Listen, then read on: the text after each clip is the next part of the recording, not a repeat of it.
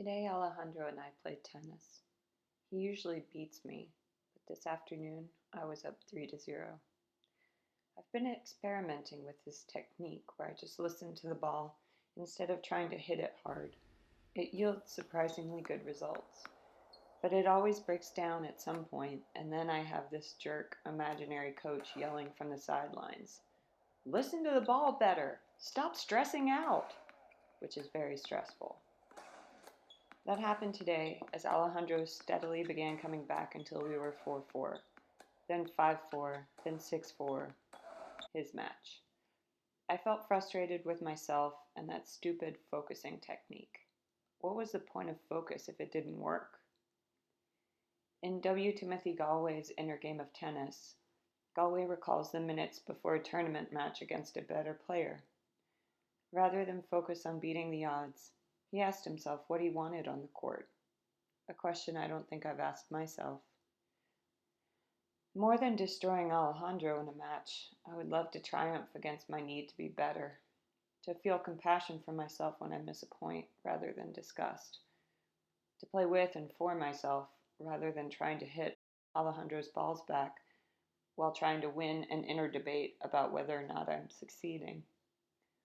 Galway suggests that true competition is identical with true cooperation. Each player tries his hardest to defeat the other, but in this use of competition, it isn't the other person we are defeating. It is simply a matter of overcoming the obstacles he presents. In true competition, no one is defeated. Today I play every point to win, Galway continues.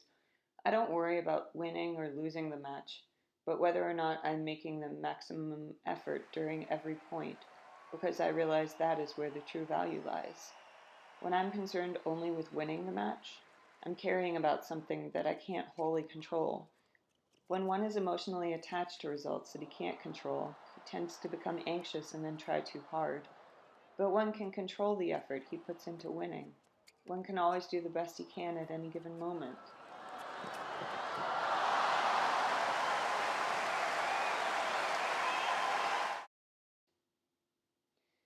Everyone is always trying to get you to meditate.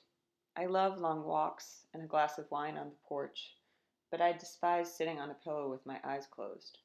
Still, I can feel in writing and tennis when the need to win washes away, when I'm chasing a question or a ball, before the point is won or lost, the essay evaluated.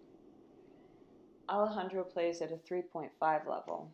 I'm a 3.0, which means I am statistically destined, as long as we're the only ones playing each other, to lose most games, to fail.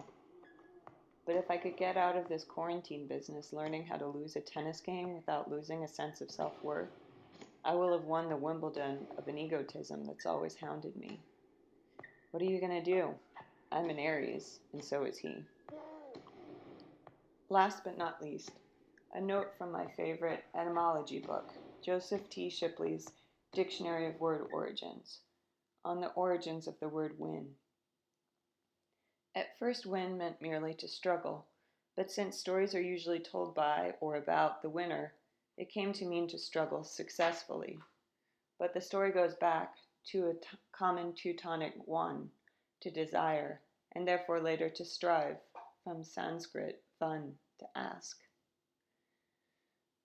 To stay with your desire to win the point, with your question when writing the essay. Might that be a successful struggle, no matter the match score, the publication record?